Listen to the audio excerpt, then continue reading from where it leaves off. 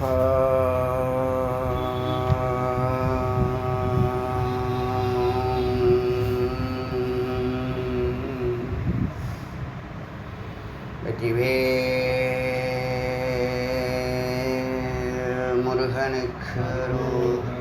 ஏககுரு ஸ்ரீ ஸ்கந்த குருவே நம. வந்தே குரு பரம்பரா. குரு பிரம்மா குரு விஷ்ணு குரு தேவோ மகேஸ்வரः குரு சாக்ஷாத் பரபிரம்மா தஸ்மை ஸ்ரீ குரவே நமः. குரவே சர்வலோகானாம் விசேஷே பவரோகிணாம் நிலையே சர்வ வித்யானாம் ஸ்ரீ தட்சிணாமூர்த்தே நமः. ஓம் சகனாவத்து சகனௌ புனக்து சக வீர்யம் கரவாவஹை தேஜஸ்வினா அவதீதமஸ்து மா வித்விஷாவஹை. ஓம் சாந்தி சாந்தி சாந்தி. இன்னைக்கு பிரம்ம வித்யா உபனிஷத்தினுடைய 48வது மந்திரத்தை பார்க்கலாம். பிரதாத்தவ்யம் இதம் சாஸ்திரம் ந இத்தரேபிய. ஸோ இந்த பிரம்ம ரகசியத்தை ஜீவன் முக்தனாகிறதுக்கான பிரம்ம ரகசியத்தை எல்லாருக்கும் கொடுக்காதீங்க. பக்தி இல்லாதவன், பணிவு இல்லாதவன், குழந்தை இல்லாதவன், அவனுக்கெல்லாம் கொடுக்காதீங்க. கொடுத்தா என்ன, ஏன் சொல்லிக் கொடுக்க மாட்றாங்க? இப்போ நமக்குள்ளேயே ஒரு கருத்து இருக்குது, வெஜிடேரியன்ஸ், அதாவது வேதம் தெரிஞ்சவங்க சொல்லித்தர மாட்றாங்கன்னு கண்டவனுக்கெல்லாம் சொல்லித்தர முடியாது. சொல்லிக் கொடுத்தா அதோடைய விளைவுகளை தான் நம்ம பார்க்குறோமே, விபரீதமாக இருக்கு. ஒரு பக்தி பணிவு இல்லாதவங்க கோயிலுக்கே வரான், தொண்டு செய்கிறேன்னு வரான், ஒரு 10 நாள் இழுத்து போட்டு செய்கிறான், ஓ நல்ல பையன் போல இருக்குது அப்படின்னு நினச்சி கொஞ்சம் அவனை ஃப்ரீயாக அப்படி விட்டோம்னா அப்புறம் எனக்கு அவரே தெரியும், இவரே தெரியும், கமிட்டியை தெரியும், தலைவரை தெரியும், அவன் எங்கேயோ உச்சத்து வரைக்கும் போகிறான். அவன் எதுக்கு வந்தான்னா கோயிலுக்கு சுவாமி கும்பிட, தொண்டு செய்ய, சுவாமியினுடைய அந்யோன்யத்தை பெறுவதற்காக வந்தவன் கொஞ்ச நாளில் என்னவாயிடுறான், பூஜையை விட்டுறான், தொண்டை விட்டுறான், அங்குக்குள்ளேயே ஒரு குருபிசம் கிரியேட் பண்ணுறான். காரணம் என்ன அப்படின்னா அவனுக்கு பண்பாடு இல்லை, சொல்லிக் கொடுக்கல, தான் தொண்டித்தனம். யாருக்கு குரு இருக்க? குரு இருக்கிறவங்க ஒரு பண்பாடோடு போவாங்க, ஒரு கலாச்சாரம் இருக்கும். ஒன்றுமே இல்லை, தான் தொண்டித்தனமாக வாழ்கிறவனுக்கு எப்படி சொல்லித்தர முடியும்? அதுதான் வேதம் சொல்லுது. ஏன் மறைக்கிறாங்கன்னா கண்டவனுக்கு சொல்லிக் கொடுத்தா அதனுடைய விளைவுகள் எப்படி இருக்குங்கிறது தான் இங்கே அது சொல்லுது. பிரதாத்தவ்யம் இதம், கொடுக்காதீங்க. சாஸ்திரம்னா இத்தரேபிய, யாருக்கு கொடுக்கணும்? பக்தர்களுக்கு கொடுக்கணும், சிஷ்யனாக இருக்கக்கூடிய சேவா சுஷ்ரூஷா செய்கிறவனுக்கு கொடுக்கணும், இவங்களுக்கெல்லாம் கொடுக்கலாம். முமோட்சுக்கு கொடுக்கலாம். முமோட்சுன்னவன் எப்படியாவது சித்தி வேணும், முக்தி வேணும்னு நினைக்கிறவன், அதையே குறிக்கோளாக இருக்கிறவன், அவனுக்கு கொடுத்தீங்கன்னா அவனும் பயன்பெறுவான், அவனை சார்ந்திருக்கிறவங்களும் பயன்பெறுவாங்க. என்ன கடையில் வாங்குகிற பொருளாக இது, காசு கொடுத்து வாங்குகிற பொருளாக இது, தவம் பண்ணி கை கட்டி வாய் பொத்தி சாஸ்தாங்க நமஸ்காரம் பண்ணி வாங்க வேண்டிய பொருள்னு எல்லா உபநிஷத்துலையும் சொல்லுது. அப்புறம் எப்படி கண்டவனுக்கு கொடுக்க முடியும்? எத்தனையோ உதாரணங்கள் சொல்லலாம். அது ஒரு மெசேஜ் போட்டுகிட்டே இருந்தார், நான் வேதா கிளாஸ் வரேன். அப்புறம் இவர் ஐயப்பன் நம்பர்லாம் கொடுத்து மெசேஜ் போட்டேன். அவரை போய் அவர் கான்டாக்ட் பண்ணுங்கள், கிளாஸ் ஃப்ரீ கிளாஸ் தான், அதாவது 7 to 8:30 டைமிங்லாம் போட்டு கான்டாக்ட் நம்பரும் ஃபோன் பண்ணார், கொடுத்துருக்கேன். அவரும் ஒரு மாதமாக ஃபாலோ பண்ணிகிட்ருக்காரு. நேற்று தியானம் உட்காந்துருக்கேன், அப்போ கதவை தட்டுறாரு, உங்கள்கிட்ட பேசணும் அப்படின்னாரு. இப்போ பேச முடியாது, காலையில் 6 மணி இல்லைன்னா வேதா கிளாஸ் வாங்க. வரலை. என்ன பண்பாடு இது? இதுதான் எல்லா விஷயத்துலையும் யோசித்து பார்க்குறேன். ஒரு பெரியவங்களை பார்க்க போகிறோம். பெரியவங்க சின்னவங்க இருக்கிறாங்களா இல்லையா? இருக்காங்க. வயசில் பெரியவங்க இருக்காங்க, அறிவில் பெரியவங்க இருக்காங்க, அருங்காரியங்களில் பெரியவங்க இருக்காங்க. பக்தியில் பெரியவங்க இருக்காங்க, ஸ்ரத்தையில் பெரியவங்க இருக்காங்க. பெரியவங்க சின்னவங்க இருக்காங்களா இல்லையா? எல்லாருக்கிட்டையும் எல்லா மாதிரி நடந்துக்க முடியுமா? முடியாது. அதெல்லாம் தெரிஞ்சுக்கணும். தெரிஞ்சுக்கலான்னா தெரிஞ்சுக்கணும், தப்பு இல்லை. தெரியாமல் இருக்கிறது தப்பு இல்லை. தெரிஞ்சுக்கணுங்கிற ஒரு அறிவாது இருக்கணும். எல்லா இடத்துலையும் நான் இப்படி தான் இருப்பேன்லாம் இருக்க முடியாது. இருப்பி அது மாதிரி இருந்தால் அப்போ நீ ஸ்கூலுக்கு போகலன்னு அர்த்தம். அதுதான் ஸ்கோல்டுன்னு ஒரு வார்த்தை போடுவாங்க. கல்ச்சர்டு, ஸ்கோல்டு, சிவலைஸ்டு, நிறைய வார்த்தைகள் போடுவாங்க. அதனால் இவங்களுக்கெல்லாம் கொடுக்காது, இவங்களுக்கெல்லாம் கொடு. சாஸ்திரம்னு என்ன, இத்தரேபியாம் பிரதாபையே, மற்றவர்களுக்கு தராதே, ந பிரதாபியம், கொடுக்காதே. சரி, மீறி கொடுத்தால் என்ன ஆகும்? தாத்தா அஷ்ய நரக்கம் யாத்தி, யார் கொடுக்குறானோ அவன் நரகத்துக்கு செல்வான். மந்திரமே சொல்லு. யார் மீறி கண்டவனுக்கும் கொடுக்குறியோ, கலாச்சாரம் இல்லாதவனுக்கு கொடுக்குறியோ, அவன் நரகம் போவான். சித்தியத்தே ந கதாச்சன, எதையும் அவன் வெற்றி அடைய மாட்டான். சித்தியத்தே ந கதாச்சன, கண்டவனுக்கு கொடுத்தேன்னா யார் கொடுக்குறானோ அவன் பாதிக்கப்படுவான் அப்படின்னு எழுதப்படும். கிரகஸ்தோ பிரம்மச்சாரி வானப்பிரஸ்தே அத்த பிக்ஷுக எத்திர சித்தோ ஞானி பரம அக்ஷர விதசதா. கிரகசனாக இருக்கிற அவனுக்கு கொடுக்குற, பிரம்மச்சாரியாக இருக்கிற அவனுக்கு கொடுக்குற, வானப்பிரசத்தில் இருக்கான் அவனுக்கு கொடுக்குற, பிக்ஷுவாக இருக்கான், இறைவனை தேடுறதுனால பிக்ஷுவாக மாறிட்டான், அவனுக்கு கொடுக்குற, அவன் எப்படிப்பட்ட எப்படிப்பட்ட வாழ்க்கை வாழ்ந்தாலும், எங்கு வாழ்ந்தாலும், எத்திர ஸ்திதித்தோ, எங்கே வாழ்ந்தாலும், ஞானி, மரத்தடியில் வாழ்ந்தால் கூட அவன் என்னது? ஞானி. பரம அக்ஷர வித, பரம மேலான அக்ஷரம் சொல்லக்கூடிய வஸ்து, சொல்லக்கூடிய பரம்பொருளை அறிந்தவன் எங்கிருந்தாலும் அவன் ஞானியே அப்படின்னு சொல்லு. அப்புறம் சப்போஸ் பிரம்ம ரகசியம் அறிஞ்சிருக்கான் அவன், ஆனால் பார்த்தா அவன் நிறைய போகியாக இருக்கான், இதுக்கு முன்னாடி போகியாக இருந்திருக்கிறான், இல்லை போகியாக இருந்துக்கிட்டு இருக்கான், அவனுக்கு பிரம்ம ரகசியம் தெரியுது அப்படின்னு சொன்னால், விஷயே விஷயாசக்தோ, இந்த போகத்தில் இருக்கிறவன் கூட தேகாந்தரே, உடலை விட்டதுக்கப்புறம் மரணத்தின் போது சுபம் யாதி, சுபத்தையே அடைகிறான். ஞானம் வந்துட்டாலே, முக்தி வந்துட்டாலே பாவ புண்ணியம் போயிடும். இதுதான். ஏன்னா இந்த மனம் தானே எல்லா வேலையும் செய்யுது. மனம் எங்கே இருக்கக்கூடாதோ அங்கேருந்து விலகிடும், எங்கே இருக்கணுமோ அங்கே போயிடும். மனமே இல்லைன்னா அப்புறம் எங்கே பிறக்கிறது? புதுசாக பிறந்தா தான் உண்டு. மனமே இல்லை, எப்படி எங்கே பிறக்கிறது? மனம் இல்லைன்னா பிறவி கிடையாது. சூக்ஷ்ம உடம்புங்கிற வாசனா, புத்தி, அகங்காரம், சித்தம் தானே சூக்ஷ்ம உடம்பு. அதுதான் பிறக்குது, அதுதான் இறக்குது. அது யாரை கைது பண்ணுதுன்னா, சித்துங்கக்கூடிய ஒரு சைத்தன்யத்தை கைது பண்ணுது. இந்த மனம், சித்தம், புத்தி ஜடம், அதுக்கு உயிர்ப்பிக்கிறதுக்கு தான் சித்து அதுக்குள்ளே வருது. சித்து தான் போகிக்குது, சித்து தான் அசையுது, சித்து தான் பிறக்குது, சித்து தான் இறக்குற மாதிரி தெரியுது.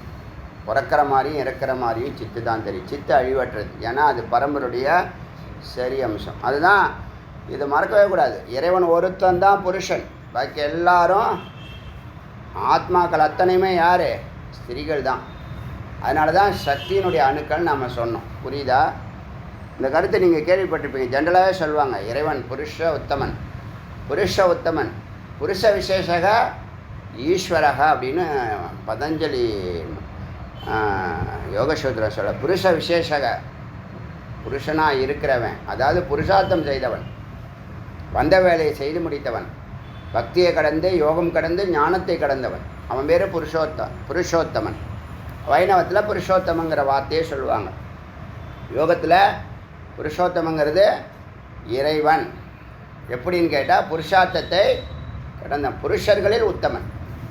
யார் புருஷர்கள்? புருஷார்த்தம் செய்தவர்கள் புருஷர்கள். ஒரு புருஷ விசேஷக ஈஸ்வரகன்னு ஒரு வாக்கியமே இருக்குது, ஒரு வாக்கியமே இருக்குது, புருஷ விசேஷக. இதெல்லாம் எழுத வேண்டாம், சும்மா காதில் கேட்டுங்க. எதை எழுத சொல்கிறேனோ அதை எழுதுருங்க. அப்போ புருஷ விசேஷக இப்போ நாம் இது அந்த யோகத்தில் தான் இந்த பதவியில எல்லாம் இருக்காங்க இல்லையா, அவங்கெல்லாம் இந்த யோகத்தினால மேலே வந்தவங்க. அதாவது புண்ணியம் செய்து குரு கிடைச்சி யோகத்தை பிடிச்சி யோக மார்க்கத்தில் மேலே வந்தவங்க. ஞானம் இருக்காது, யோகம் இருக்கும். புரியுதா? இப்போ அக்ஷரம் ஓங்காரம் இருக்குல்ல, ஓங்காரம் வந்து இறைவன், இறைவனுடைய நாமந்தான் ஓம். பிரணவம்னு சொல்லுவோம். பிரணவம் அப்படின்னு சொன்னால் அப்படின்னா விசேஷம், விசேஷத்திற்கு அழைத்து செல்வது தான் நவம். நவம்னா அழைத்து செல்வது, விசேஷத்திற்கு அழைத்து செல்வது பிரணவம் ஓங்காரம்.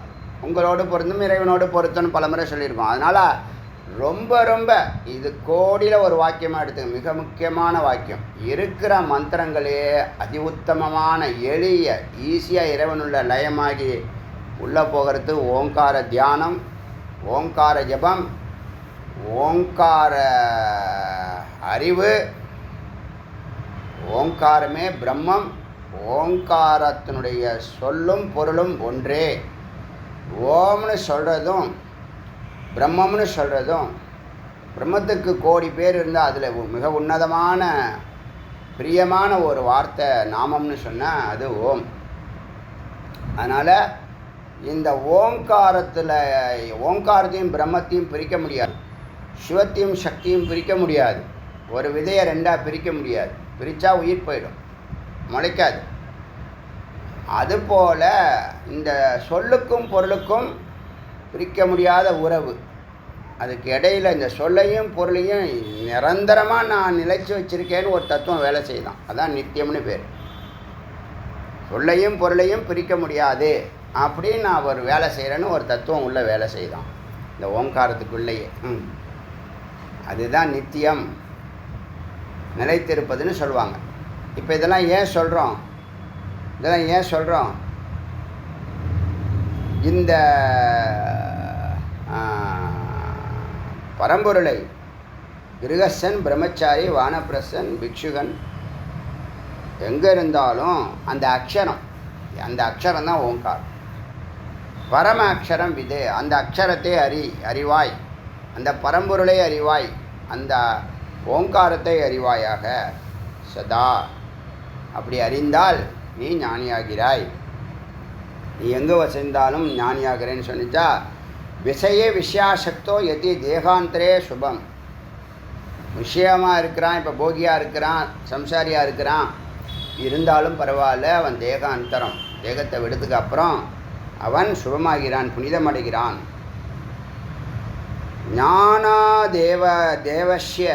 ஞானாதேவாஸ்ய சாஸ்திரஸ்ய சர்வ அவஸ்தோ அப்படி மாணவக. இந்த ஞானத்தை பெற்றவர்களுக்கு அதான் சுபம் இறுதியானது, சுபமே இறுதியானது. இந்த ஞானத்தை பெற்றவர்களுக்கு அவர்கள் எப்படி வாழ்ந்தாலும் சர்வஸ்தோ எங்கு வாழ்ந்தாலும் மாணவன், அந்த மாணவன் முமுட்சானவன் தேகாந்தரே சுபம், தேகத்தை விட்ட பிறகு சுபமடைகிறான். பிரம்மஹத்தியா பெரிய பாவத்தை பண்ணியிருக்கான். பிரம்மஹத்தியாங்கிறது பஞ்சமாபாதகத்தில் ஒன்று. பிரம்மஹத்தியா அந்த பாவம் போகிறது. அஸ்வமேதாத்யோ இதுதான் இந்த ஞானத்தை பெற்றால் அந்த ஜீவன் முக்த நிலை, அதை தான் சொல்லிகிட்டு இருந்தால் அது கட்டாச்சு. ஞானத்தை பெற்றவன் ஜீவன் முக்த நிலைக்கு வரான் அப்படின்னு சொன்னால் அவன் இருக்கும்போதும் ஜீவன் முக்தன் தான், இருந்தாலும் ஜீவன் முக்தன் தான். அவனுக்கு பாவ புண்ணியம் கிடையாது. அதனால் ஏன்னா மனம்ங்கிறது ஒன்று கிடையாது. மனம்னு ஒன்று இருந்தால் தான் சித்து அதுக்குள்ளே வரும். சித்து வந்தால் தான் உடம்பு எடுக்கும். அப்போ இந்த மனம் இல்லாத நிலை வரைக்கும் இந்த சித்து கைது, அதுதான் பந்தம்னு பேர். இந்த மனம்ங்கிற இல்லாத நிலையை நீக்கிறது ஞானம், அறிவு. இப்போ ஜூஸ் கடைக்கு போகிறீங்க, நிறைய பழங்கள் தொங்க விட்டுருப்பான் பிளாஸ்டிக்கில். ஒரிஜினல் மாதிரியே இருக்கும், ஒரிஜினல் மாதுளம்பழமே மாதிரி இருக்கும். அதை எடுத்தால் ஜூஸ் போட்டு குடிக்க முடியும், அதை எடுத்தால் ஜூஸ் போடுங்கன்னு சொல்லுவான். உள்ள ஒரிஜினல் இருக்கும், அது காஞ்சி போய் சூம்பி போய் கிடக்கும். ஒரு வாரத்துக்கு முன்னாடி வாங்கினதா. இது பார்த்தா ஃப்ரெஷ்ஷாக இருக்கும். இது பொய்யுங்கிறது அறிவுக்கு தெரியுதில்ல, அதை கலட்டி அதில் போட்டு ஜூஸ் போடுங்கண்ணா சொல்லுவோம். அது மாதிரி தான் அறிவு. அறிவு என்ன பண்ணோம்? சத்தியத்துக்கு தலை வணங்கும். அதான் அறிவால் நீக்கிறது. இது இல்லை, இது பொய்ன்னா, இது பொய்ன்னு தெரிஞ்சதுக்கப்புறம் பழக்கடையில் திராட்சை பழம் ஒரிஜினல் மாதிரியே தொங்கும். பழக்கடையில் தொங்கினா பழமுதிர்ச்சோலைன்னு போட்டு நிறைய டூப்ளிகேட்டாக போட்டு வச்சுருப்பான். எல்லாம் ஃப்ரெஷ்ஷாக இருக்கும், ஆனால் ஒரிஜினல் சூமி கிடக்கும், காஞ்சி கிடக்கும். அப்போ நம்ம ஒரிஜினல் பார்க்குறோம், பொய்யையும் பார்க்குறோம். பொய்யை என்ன பண்ணுறோம்? இக்னோர் பண்ணுறோம். அதுக்கு பெரியாரிட்டி இருக்குமா? பெரியாரிட்டி கொடுக்க மாட்டோம். ஏன்? அறிவு அது பொய்ன்னு தெரியும். அது பொய்ன்னு தெரிகிற விஷயம் மாதிரி நம்மக்கிட்ட இருக்கிற பாவமெல்லாம் இல்லாமல் போகுங்கிற ஒரு உணர்வு இருக்கும். இது பொய், நானே கற்பனை பண்ணி வச்சுருக்கேன், இதெல்லாம் நீக்கிறேன்னு நீக்க வேண்டியதுதான். இப்போ நீங்கள் 10 புத்தகம் போன வருஷம் படித்தீங்க, இந்த வருஷம் அதில் 2 புத்தகம் தேவைப்படும், பாக்கி 8 புத்தகம் நீக்கலாம்ல. அது மாதிரி தேவையில்லாததை நீக்கிறது தான் அறிவு. இப்போ சஞ்சித கர்மா எல்லாத்தையும் பாவ புண்ணியம் பாவத்தை எல்லாத்தையும் நீக்கலாம்ல. இது பாவம் தான். திரும்ப இப்போ ஒரு மாமிச கடை வச்சுருக்காங்க, டெய்லி கொல்றாங்க, கோழியை கொல்றாங்க, ஆட்டை கொல்றாங்க. என்னைக்காவது அவங்களுக்கு அந்த அறிவு வருதுன்னு வச்சுங்க, இது ஒரு உயிரை கொல்றது பாவம்னு அவங்களுக்கு தோணுதுன்னு வச்சுங்க, தோணிடுதுன்னு வச்சுங்க, அதுக்கப்புறம் கொல்லுவாங்களா? கொல்ல மாட்டாங்க. எப்போ? அது ஒரு அறிவு தானே, அதான் ஞானம்.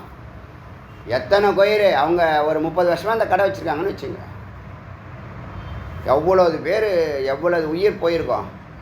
அப்போயெல்லாம் வராத அத்தனை கோடி உயிர் போயிருந்தாலும் யாரோ ஒருத்தவங்க ஒரு வார்த்தையை சொல்லியிருக்காங்க, எப்படியோ அவங்க அறிவுக்கு புலப்பட்டுடுச்சு, இது பாவகாரியமாக இருக்குமோ, சரி இவ்வளோ நாள் தெரியாமல் செஞ்சுட்டோம், இப்போ வேண்டாம் விட்டுடலான்னு ஒரு முடிவுக்கு வந்துட்டாங்க. திரும்பி பண்ணுவாங்களா?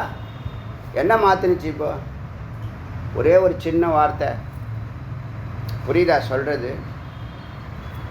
அதுதான் ஞானம். ஞானத்தினுடைய தனிச்சிறப்பு என்ன? ஞானத்தினுடைய எல்லாத்தையும் மாற்றிடும். உண்மை பொய்யுங்கிற 2 வார்த்தையை வச்சு உண்மை நிலையானது பொய் தோன்றும், நிற்கும், மறையும். ஜகத்தினால என்ன? ஜகத, ஜாதி கதி, ஜாதி கதி இல்லை ஜாயதி கதி, வரும் போகும், அதுதான் ஜகத்து. கத்திக்கு தான் கச்சதி. ஜகத்துன்னு சொல்கிறேன்னா கத அப்படின்னு சொன்னால் கச்சத்தின்னு அர்த்தம். ஜ அப்படின்னு சொன்னால் ஜன்மம், பிறப்பு, தோற்றம், வருதல், இது அர்த்தம், இத்தனை அர்த்தம் கொடுக்கும். அதனால்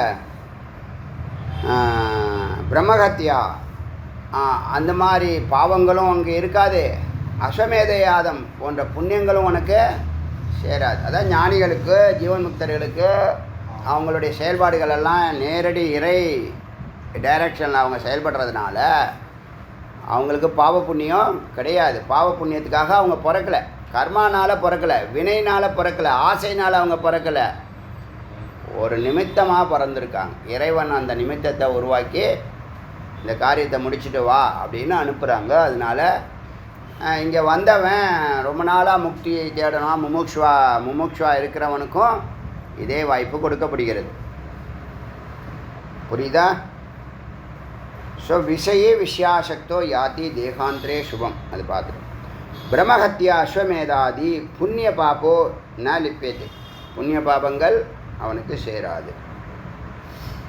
இந்த இடத்துல தான் இந்த முக்தி கொடுக்கக்கூடிய முமுட்சுகளுக்கு முக்தி கொடுக்கக்கூடிய வேலையை தான் குருவானவங்க செய்கிறாங்க. இப்போ அறிவு உங்ககிட்ட இருக்குது, எல்லோரும் நீங்களே அறிவு ஸ்வரூபந்தான், நீங்களே அன்பு ஸ்வரூபந்தான், நீங்களே ஆனந்த ஸ்வரூபந்தான்.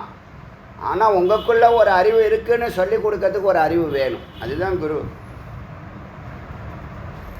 இறைவன் உங்களுக்கு இருக்கான்னு தெரியும், அவர் இப்படி இருக்கார், இப்படி தான் அவரை தொடர்பு கொள்ளணும்னு சொல்லி கொடுக்கறதுக்கு ஒரு அறிவு தேவை இல்லையா? அதை தான் 3 விதமாக குருவை பிரித்து காமிக்குது இந்த உபனிஷத்து. எப்படி சொல்லுதுன்னா, உதக்கோ போதக மோட்சத்தை ஒருத்தவங்க அங்கே இருக்கு பரம்பொருள் போ அப்படின்னு சொல்கிறது ஒரு கேட்டகரி. வழிகாட்டியாக இருக்காங்க. போதக்கோ அங்கே இருந்துட்டு உங்களை கூப்பிடுறாங்க, வா இங்கே இருக்கே ஒரு விசேஷம் இருக்கு வா அப்படின்னு கையையும் பிடிச்சி தூக்கி விடுறாங்க. அவங்கள தான் போதக்க. மோட்சத்தைங்கிற ஒரு வார்த்தை தான் ஒரு அரிய பொக்கிஷமான வார்த்தை. யாருக்கு பரம்பொருள் தேடுறீங்களோ மோட்சத்தை டைரெக்டாக எடுத்து அவர் கொடுக்க முடியுமா? ஆச்சரியமா இல்லை? அவங்க தான் தன்னோட வா இன்னும் டே ஒன்னே சொல்லிகிட்டு இருக்கேன், 25 வருஷமாக சொல்லிகிட்டு இருக்கேன். ரொம்ப பிரியமானவங்களாக இருந்தாங்கன்னா இவங்களுக்கு முக்தி கொடுக்கணும்னு இறைவன் கருணை போல் இருக்கு. அது நம்மளை வச்சு என்ன பண்ணுவான், சொல்லுவான், பின்னாடியே வா, கண்ணை மூடிக்கிட்டே வா அப்படின்னு சொல்லி. ரொம்ப பிரியமானவங்களாக இருந்தால் இது நீடிக்கும்னு அவங்களுக்கு அடியனுக்கு உணர்வு ஏற்பட்டால் பின்னாடியே வான்னு சொல்கிறது. கூடவே அழைச்சிட்டு போவாங்க. அவங்க கூடவே அழைச்சிட்டு போவாங்கன்னு நீங்கள் சொல்லலை, மோட்சத்தையே டைரெக்டாக கொடுக்கக்கூடிய வல்லமையுடையவர்கள் அப்படின்னு சொல்லுது. முருகப்பெருமான் கூடவே வாங்குறார். எதுக்கு? அதில் லாஜிக் நிறைய இருக்குது, லட்சக்கணக்கான லாஜிக் இருக்குது. ஏன்னா கூடவே வந்தால் ஒழுங்காக வரியான்னு முதல்ல பார்க்கணும்ல. எல்லாரையும் பிளைண்டாக எல்லாருக்கும் மோட்சம் கொடுக்க முடியுமா? கொடுத்தா நியாயமா? இப்போ பார்த்தோம்ல, கண்டவனுக்கும் கொடுத்தா என்ன ஆகும்னு. ஏன் வேதம் மறைக்குது? எல்லாருக்கும் சொல்லித்தராதுன்னு சொல்லுது. அவங்க சொல்லித்தர மாட்டாங்க, சொல்லித்தர. உனக்கு பண்பாடு இருக்க, கை கட்டு வாய் பொத்துனா கை கட்டு வாய் பொத்துவியா? அதுக்கே 1 வருஷம் ஆச்சுல உங்கள் எல்லாருக்குமே. காரணம் நீங்கள் ஏதோ எங்கள் முன்னோர்கள் சொல்லி கொடுத்தா நீங்கள், அதுதான் இந்த ராமானுஜர் வரலாறு பாருங்கன்ற ஒரு உயர்வான கல்ச்சர். நம்ம கல்ச்சர் எப்படி ஒரு ஐயங்கார் ஃபேமிலி எப்படி வாழ்க்கையை நடத்துகிறாங்க, காலையிலேருந்து சாயந்தரம் வரைக்கும். ஒரு கணவன் மனைவி எப்படி புரிதலோடு இருக்கிறாங்க, வாழ்கிறாங்க. வீடுனா என்ன, சொசைட்டினா என்ன, உறவுனா என்ன, கடவுள்னா என்ன, குருனா என்ன, சிஷ்யனை எல்லாத்தையும் ஒருங்கிணைச்சிருக்கு அந்த ராமானுஜர் வரலாறு. ராமானுஜரை பற்றி நிறையா பேசணும்னு நினச்சி உள்ளே போனால் இடையில சீரியல் மாதிரி போட்டு விட்டு தாளிக்கிறான். அது கொஞ்சம் சைப்புத்தன்மையோடு என்ன பண்ணணும், பொறுமையாக வரணும். சைப்புத்தன்மையில் தான் சிறப்பு. எங்கே போகிறீங்க வேகமாக? ஒன்றும் போகிறது. இந்த கல்ச்சர்லாம் இந்த மாதிரி விஷயங்கள்லாம் சொல்லிக் கொடுக்கணும். உயர்வான வாழ்க்கை, மேன்மையான வாழ்க்கை, அமைதியான வாழ்க்கை, அறிவார்ந்த வாழ்க்கை, அன்பான வாழ்க்கை வேண்டாமா? ஆடு மாடு வாழ்க்கை தான் வேணுமா? எல்லோரும் நினச்சிக்குவாங்க, என்ன நம்மளை கண்ணை மூடிட்டு பின்னாடியே வான்னு சொல்கிறாங்களே, நம்ம எவ்வளோ பெரிய ஆளா அப்படின்னு நினச்சிக்கலாம். அப்படி இல்லை, அது அவன் வாக்கு, முருகப்பெருமானுடைய வாக்கு. இன்றைக்கி சொல்கிறேன், ஓப்பன் பண்ணுறேன். கண்ணை மூடிக்கிட்டு வான்னு சொன்னால் விலகி போயிடாத. இடையில பள்ளம் மேடெல்லாம் வரும், பின்னாடியே வா, தொடர்ந்து வா, நம்பிக்கையோடு வா அப்படின்னு சொன்னால் அவனுக்கு முக்தி நிச்சயம்னு கூப்பிடுறாருன்னு அர்த்தம். அந்த அறிவு கூட இல்லை. எக்ஸ்பிளைன் எல்லாம் பண்ண முடியுமா என்ன? அங்கே உட்காந்துக்கிட்டே நான் உங்களுக்கு முக்தி தரேன் வாங்க நான் சொல்ல முடியும்? சொல்லுங்க பார்க்கலாம். அப்படி ஒரு இன்டென்ஷன் இருந்தாலும் சொல்ல முடியுமா? இன்டென்ஷன் இருக்குது, இன்டென்ஷன் இல்லை. 1 கோடி பேரை சொல்லி யார் யாருக்கோ கொடுக்க போகிறோம். நம்மளால் முடியும், சேலஞ்சு பண்ணுறோம், பண்ணியாச்சு ஏற்கனவே. நம்மளால் முடியும், முக்தி நம்மளால் கொடுக்க முடியும். இன்னும் நம்ம எத்தனையோ படிக்கட்டுகள் ஏற வேண்டியது இருக்குது. ஆனால் இவ்வளோது பூரணமான நம்பிக்கை இருக்குது. நம்பிக்கை வருமா மனுஷனுக்கு? அவங்கள தான் பின்னாடியே வான்னு சொல்லுது, கண்ணை மூடிட்டு வான்னு சொல்லு. முக்தி கொடுக்கணுங்கிற எண்ணத்தில் இறைவன் சொல்கிற வாக்கு இது, அடியேன் வாக்கு அல்ல அது. அதுக்கு மேலே அதை எக்ஸ்பிளைன் பண்ண அவங்களுக்கு தான் மோட்சத்துங்கிற வார்த்தை. நான் இந்த வார்த்தைக்கு ரொம்ப நாளாக தேடிட்டு இருந்தேன். இதுக்கு ஒரு வார்த்தை இருக்கணுமே. இந்த மாதிரி எல்லாருக்கும் மோட்சம் கொடுக்கணும்னு நினைக்கிறோம்ல, அதுக்கு ஒரு வார்த்தை கண்டிப்பாக நம்ம ரிஷிகள் வடிவமைச்சிருப்பாங்கன்னு ரொம்ப நாள் தேடினேன். இப்போ தான் கிடச்சிருக்கு மோட்சத்து வார்த்தை. டைரெக்டாக மோட்சத்தையே கையில் கொடுக்கக்கூடிய ஞானம். லாஜிக் இல்லை. ஆனால் வேதம் பொய் சொல்லுமா? பொய் சொல்லாது. ஏன்னா இது இத்தனை 2 விதத்தை சொல்லுது, 3வது ஏன் சொல்லக்கூடாது? அதனால தான் நான் தரேன்னு டைரெக்டாக சொல்லாமல் பின்னாடி வாழ்றது. அதில் என்னென்ன அர்த்தம்னா, நீ பக்தி செய்யணும், தொண்டு செய்யணும், தான தர்மம் செய்யணும், கலாச்சாரமான வாழ்க்கையை நடத்தணும், பண்பாட்டோடு இருக்கணும், இந்த மார்க்கத்தை ஒரு மார்க்கமாக ஒரு யோகத்தில் நீ நிற்கணும். இவ்வளோ அர்த்தம் இருக்குது கண்ணை மூடிட்டு வானா. இல்லைன்னா இந்த சின்ன சின்ன லோக்கல் பாலிட்டிக்ஸில் மாட்டிக்கிட்டு என்ன பண்ணுறாங்க, டைவர்ட் ஆகி கட்டாயிடுறாங்கல்ல. ஆகுறாங்களா இல்லை? எவ்வளோ பேர் கடந்து வந்திருக்கேன் நான். அதனால் நல்ல குரு கிடைக்கிறது ரொம்ப அபூர்வம். அதனால் இந்த இடத்துல 3 விதமாக குருவை சொல்லுது. ஒன்று வந்து உதக்கோ இதுக்கொன்னு வழிகாட்டியாக இருப்பாங்க, அங்கே போன்னு சொல்கிறது. போதக்கு அங்கே வா, அவர் மேலே ஏறிட்டார், கையை பிடிச்சி தூக்குறார். இந்த மோட்சத்தை இருக்குல்ல, டைரெக்டாக பரத்தை கொடுக்கக்கூடியவர், முக்தியும் சித்தியும் தருபவர், கூடவே அழைத்து செல்பவர். நான் அப்படி தான் போட்டுருக்கேன், கூடவே அழைத்து. அது கொடுத்துருக்கிற மந்திரம் பாஷ்யம் என்ன சொல்லியிருக்குன்னா, டைரெக்டாக மோட்சத்தை கொடுக்கக்கூடிய வல்லமை உடையவர்கள்னு டாக்டர் பீம் சிங் எழுதுகிறார். அவர் சாதாரண ஆளாக நான் பார்க்கல. ஏன்னா மொத்த உபனிஷத்தையும் நமக்கு முன்னாடியே அவர் அத்தியனம் பண்ணியிருக்கார், மொழிபெயர்த்திருக்கார் ஹிந்தியில். சாமானிய ஆள்லாம் பண்ண முடியாது. பிரம்மஞானம் இறைவன் ஆசீர்வாதம், பிரம்மஞானம்ங்கிறது இறைவன் ஆசீர்வாதம். அதனாலே பெரிய மகத்தெல்லாம் நம்மளை தேடி வரப்போகிறாங்க. முக்தி வேணும்னா தாராளமாக வரலாம். அந்த அகங்காரம்லாம் விட்டுணும், நான் பெரியவன், நான் அவன், நான் இவன், அதெல்லாம் விட்டுணும். அதெல்லாம் இங்கே வந்து குரு முருகப்பெருமான் சொல்கிற வாக்கு அவனுடைய வாக்கு. புரிஞ்சால் புரியும், இல்லைன்னா புரியாது. அதனால் ஏஷாம் திரிவிதோ ஞேயக, இந்த மூவரை அறிய வேண்டும். ஏஷாம் இவர்களை மூவரை அறிய வேண்டும். ஆச்சாரியஸ்து மகீதலே, ஆச்சாரியஸ்து குருவினிடத்தில், மகீதலை இந்த பூமியில், உதக்கோ தர்சயன் மார்க, அவரை எடுத்து தனித்தனியாக மந்திரமாக சொல்லுது. உதக்க மார்க்கத்தை தர்சம், இந்த வழியில் போப்பா, டெல்லிக்கு தானே போகணும், இப்படி போ அப்படின்னு வழியை சொல்கிறாரா, அது பேர் உதக்க. போதக்க ஸ்தான ஆச்சரியத்தை, பர்டிகுலராக ஸ்தானத்தை, இந்த இடம் இப்படி தான் நான் போயிருக்கேன், இப்படி வா அப்படின்னு அவங்க முன்னாடி போயிரு, அங்கேருந்து வான்னு கூப்பிட்றாங்க. ஸ்தானத்தில் நிற்கிறாங்க, ஆச்சரியம் நடந்துக்கிட்டு இருக்காங்க, வாழ்க்கையே நடந்து தன்னுடைய வாழ்க்கை மூலயமா நடந்துக்கிட்டு. மோக்ஷது பரம் தத்துவம், மோக்ஷது பரம் தத்துவம், மோக்ஷது இருக்காங்களே அவங்க பரம தத்துவம், அவங்களே பரம்பொருள். மோக்ஷது பரம் தத்துவம் என் ஞாத்வா பரமம் அஸ்னுதே. இந்த மோட்சத்தை நீங்கள் தரிசனம் பண்ணிட்டீங்கன்னா அவங்க தான் பரம்பொருளுங்கிறத அறிய நீங்கள் பரம்பொருள் ஆவீர்கள். எது மோட்சது பரம தத்துவம், இந்த மோட்சதா இருக்கக்கூடிய இந்த பரம்பொருள் குருவானவர், இவர் பரம்பொருள்னு எஞ் ஞாத்வா யார் அறிகிறானோ பரமம் அஸ்னுதே, பரமத்தை அடைகிறான். இவர் பிரம்மம் என்று யார் அறிகிறார்களோ, அப்படி தானே சொல்லுது வேதம், அறிதலே அடைதல் தானே சொல்லுது. அதனால் குருவை பிரம்மமாக அறிகிறவங்க அவங்க மோட்சதா இருக்கணும். அவங்க மோட்சத்துனா என்னது, அந்த ட்ராக்கில் பூரணமான பிரம்ம நிஷ்டையில் இருக்காங்க. அதெல்லாம் ஒரு அதிசயம்தான். இப்போ நம்ம வந்து பூரணமாக பிரம்மமாக மாறுறதுக்கு தானே எல்லாருமே முயற்சி பண்ணுறோம். அதுக்காக தானே உட்காடுறோம் 3 மணி நேரம். எனக்கு அது வந்து எப்படி பூஜை 3 மணி நேரம் ஒரு பிரம்ம அனுபூதி கொடுக்கிறதோ, அதே மாதிரி தியானமானது எனக்கு சமீப காலமாக 3 மணி நேரம் அனுபூதியை தருகிறது.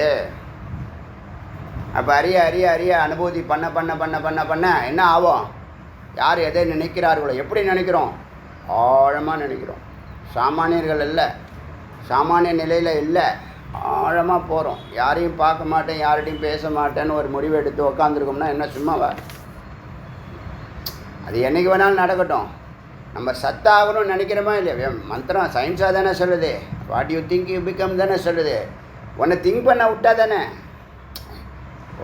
நடுவில் இறைவன் நேற்று பார்த்தோம், சகசிராரத்தில் நடுவில் சுவாமி இருக்காங்க, அது ஒரு ப்ளக் பாயிண்ட்டு. எங்கும் இருக்காங்க, அங்கே நீ தொடர்பு கொள்ளலாம், அங்கே நீ போய் பொருந்தலாம். உன்னுடைய ப்ளக்கை அந்த ப்ளக் பாயிண்டில் பொருத்தலாம். பொருத்த விட்டா தானே. பொருத்துறது தான் இறைவன், பொருத்துறது தான் குரு, பொருத்துறது தான் ஓங்காரம்.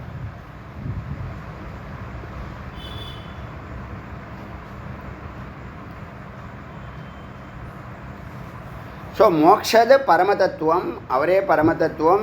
யகி ஞாத்வா, யார் அறிகிறார்களோ பரமம் அஸ்னுதே, பரமத்தை அறிய அடைவர். இந்த முமுட்சுகளை பிரத்யக்ஷ ஜனம் லோக்கே, பிரத்யக்ஷ ஜனம்னு லோக்கே அப்படின்னு சொல்லிட்டு ஒரு வெரைட்டி சொல்லுது இந்த முமுட்சுவை. அதை பற்றி சங்கேப ஸ்ருண கௌதம். கௌதம கேட்குறது கௌதம மகரிஷி. ரிஷி சிஷ்யன் வந்துட்டான், குரு பின்னாடி வெளிப்படுத்தணும்னு நினைக்கிறேன், எனக்கு தெரியலை. நான் 10 மந்திரமாக தான் பார்த்துட்டு போயிட்டுருக்கேன். இன்னும் எண்டு வரைக்கும்லாம் பார்க்கல. எதுவுமே எண்டு வரைக்கும் அடியேன்னு பார்க்குறதில்ல. முன்னாடி பிரீஃப் பார்ப்பேன், அவருடைய பாஷ்யத்தில் பிரீஃப் பார்ப்பேன். ஒரு 10 லைன் எழுதியிருப்பார். அதில் என்னென்ன சொல்லப்பட்டிருக்கு இந்த உபநிஷத்துங்கிறத சொல்லுவார். அதுலேயே கண்டுபிடிச்சிடுவேன் நான் விஷயம் என்ன இருக்குன்ட்டு. அப்புறம் 10 மந்திரம். இன்றைக்கி மந்திரம் விஷயம் இருந்ததுன்னா 10 மந்திரம், விஷயம் இல்லைன்னா 20 மந்திரம் பார்த்து வச்சுருவேன். ஒரு நாளைக்கு உள்ளது நாளைக்கு தான் போய் பார்ப்பேன். அதனால் எண்டு வரைக்கும் தெரியாது. இப்போ சிஷ்யன் வந்துட்டார். யார் சிஷ்யன்னா கௌதம மகரிஷி தான் சிஷ்யன். அவனுக்கு சொல்கிறார், குருவாக இருந்து சொல்கிறார். யார் சொல்கிறா, அது யாருங்கிறது பின்னாடி வரட்டும். என்ன சொல்கிறாருன்னா, சங்கேப ஸ்ருணும் கௌதம, சுருக்கமாக நான் சொல்கிறேன் கேட்டுக்கோ. பிரத்யக்ஷ ஜனம்னா யார்? பிரத்யக்ஷ ஜனம்னா நான் டைரெக்டாக சுவாமியை பார்த்துக்கிறேன்னு போகிறாங்கல்ல, குரு இல்லாமல் போகிறாங்கல்ல, அவங்கள தான் பிரத்யக்ஷ ஜனம். தன்னுடைய உடம்பால் முயற்சி பண்ணுவாங்க. இந்த யாகம் அன்னதானம் இப்போ அப்படி தான் நினச்சிட்ருக்காங்க. நான் நிறைய கிரிவலம் பண்ணியிருக்கேன், நான் நிறைய அன்னதானம் பண்ணியிருக்கேன், நான் நிறைய பூஜை பண்ணியிருக்கேன், எனக்கு முக்தி உண்டானா நானே பார்த்துக்கிறேன்னு சொல்கிறாங்கல்ல, அவங்களுக்கு சொல்லுது. அதோடைய பலனை பற்றி சொல்லுது. என்ன சொல்லுதுன்னா, பிரத்யக்ஷ ஜனம்னா அந்த உடம்பை நான் டைரெக்டாக பார்த்துக்கிறேன்னு சொல்லலாம். அது பிரத்யக்ஷ டைரெக்டாக செய்கிறவங்கள. சங்கேபமாக அவங்களுடைய லைஃப் சொல்கிறேன் கேட்டுக்கோ. தேன இஷ்டவா ச நரோ யாத்தி சாஸ்வதம் பதம் அவ்யயம். அந்த அவ்யயமான அந்த பரம்பொருளை அடைகிறான். ச நரோ யாத்தி அடைகிறான். சாஸ்வதம் அந்த நிலையான அந்த பதத்தை, அந்த நிலையை அடைகிறான். சுயமேவது தானே சம்பஷ்யேது இகம் பிந்து. இந்த பிந்துனை எது உயிர் ஆத்மாவை இந்த உடம்புலேயே சம்பஷ்யத்தை நன்றாக தரிசிக்கிறான். அவன் பிரத்யக்ஷ ஜனம்னு பேர். அவனுக்கு யாரோ உபதேசம் பண்ணாமல் எப்படி தியானம் பண்ணுவான்? இப்படி தான் தியானம் பண்ணணும்னு யாரும் உபதேசம் பண்ணாமல். இப்போ யோகத்தில் இருக்காங்கல்ல, யோகியாக இருக்கட்டும், பிக்ஷுவாக இருக்கட்டும், முமுட்சுவாக இருக்கட்டும், சன்னியாசிகளாக இருக்கட்டும், இந்த திருவண்ணாமலையை சுற்றி உட்காந்துருக்கிறவங்களா இருக்கட்டும், அவங்களுக்கெல்லாம் எப்படியோ அந்த ஞானமானது எப்போவோ யார் மூலியமோ கண்டிப்பாக கேட்டிருக்காங்க. ஒரு வார்த்தை சொன்னாங்க, டக்குன்னு போய் நான் குகையில் உட்காருவேன்னு உட்காந்துட முடியுமா? உட்கார முடியாது. உட்காரத்துக்கு ஒரு அறிவு இருக்கா இல்லையா? ஞானம் இல்லாமல் தியானம் பண்ண முடியுமா? பண்ண முடியாது. அப்போ எப்போவோ யாரோ கொடுத்துருப்பாங்க. அதுக்கு அவங்க உடலை வச்சு பயன்படுத்தி இந்த உடலிலேயே அந்த பிந்துவை, அமிர்த பிந்துன்னு சொல்கிறோம் இல்லையா? முன்னாடி என்ன சொல்கிறோம்? தியான பிந்து, அப்புறம் இன்னொன்று நாத பிந்து, அதுக்கப்புறம் அமிர்த பிந்து. இந்த அமிர்த பிந்து தான் அமிர்தம் சொல்லக்கூடிய பேரானந்தம், பிளிஸ் சென்டர்னு சொல்கிறோம் இல்லையா? அந்த ஆனந்தத்தை எப்போ அடைகிறான்? நிஷ்கலம், தன்னுடைய உபாதிகள் எல்லாம் நீக்கினதுக்கப்புறம். இதெல்லாம் எப்படி தானாகவே நீங்கும்? யோகம் பண்ணால் யோகி ஆகலாம், பூஜை பண்ணால் கர்மி ஆகலாம். கர்மின்னு பேர், இது கர்மயோகம்னு பேர். எந்த ட்ராக்கில் போனால், இப்போ டெல்லிக்கு போனோம்னா அதுக்கான ரூட்டில் போனதுன்னா டெல்லிக்கு போக முடியும்.